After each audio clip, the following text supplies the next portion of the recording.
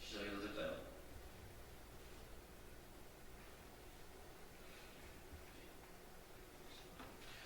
민주당 수석대변인 구칠승입니다. 세 건의 브리핑을 하도록 하겠습니다.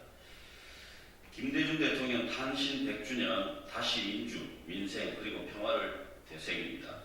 오늘은 독재 정권에 맞서 인동초의 삶을 사셨던 김대중 대통령의 탄신 100주년이 되는 날입니다.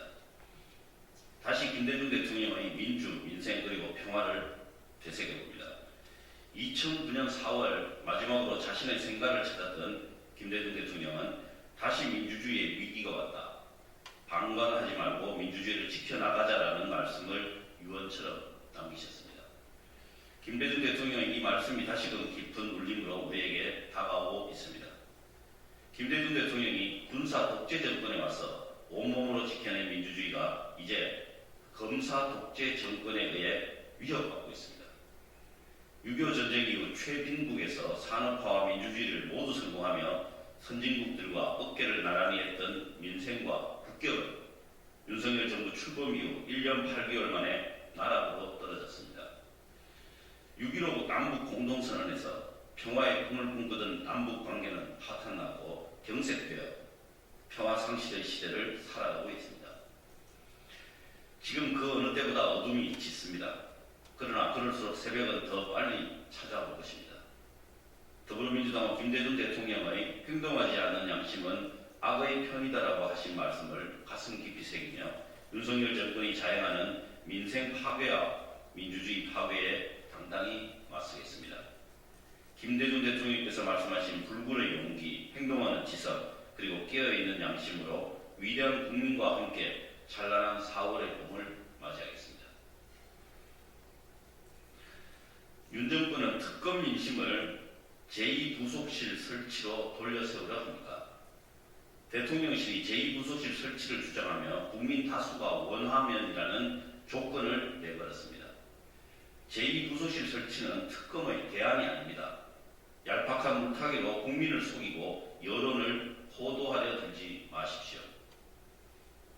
윤석열 대통령이 외쳤던 법과 정의, 공정과 상식을 스스로 무너뜨려 놓고도 반성은커녕 오히려 오만과 독선으로 민심을 외면하고 있는 것입니다. 빵 대신 과자 부스러기로 특검 민심을 호도하려는 것입니까?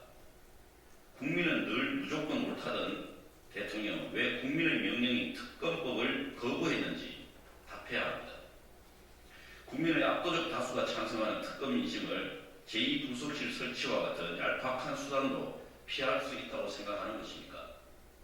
그동안 한사코 거부해왔던 대통령실의 제2부속실 설치 주장은 거부권 행사에 분노한 특검 민심을 회피해보려는 물타기에 불과합니다.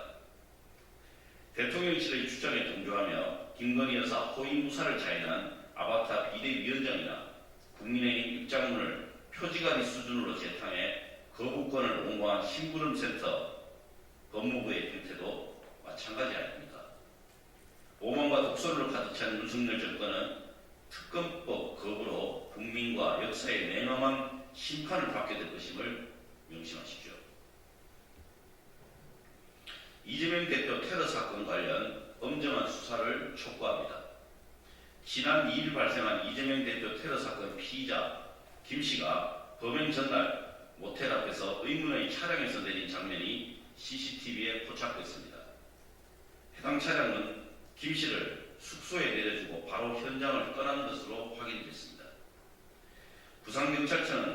부산경찰청은 지난 3일 브리핑에서 피의자가 공범은 없고 개인적으로 범행했다고 진술했다고 밝힌 바 있습니다. 하지만 김씨를 모텔까지 데려다준 차량이 존재했다는 사실이 드러남에 따라 해당 차량 운전자의 신원과 김씨와의 관계를 반드시 확인해야 합니다. 경찰은 이번 사건의 범행 동기와 공범 여부에 대해 한 점의 의혹도 남지 않도록 엄정하고 신속하게 수사할 것을 촉구합니다. 이상입니다.